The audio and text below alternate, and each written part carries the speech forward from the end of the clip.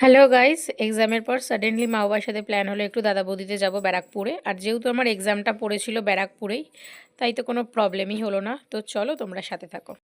চলে এসেছি আমরা তিনজন, আর আমাদের খাওয়ার অর্ডার দেওয়াও হয়ে গেছে। তো কি খাওয়ার অর্ডার দিলাম সেটা খাবারটা আসুক, তারপরেই তোমাদের সাথে শেয়ার করছি।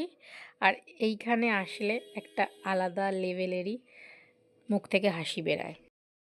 তোমাদের সাথে আরও একবার ভেতরে ডেকোরেশনটা শেয়ার করে দিলাম।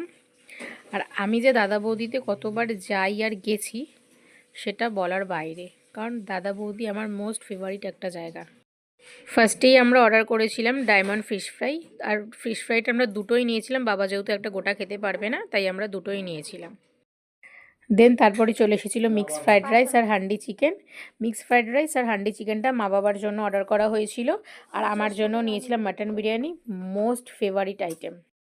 দাদা বৌদির বিরিয়ানির মধ্যে আমি স্বর্গসুখ খুঁজে পাই, কারণ আমার ফেভারিট বিরিয়ানি হলো দাদা বৌদির বিরিয়ানি। তারপর আমরা অর্ডার করেছিলাম ফিরনি।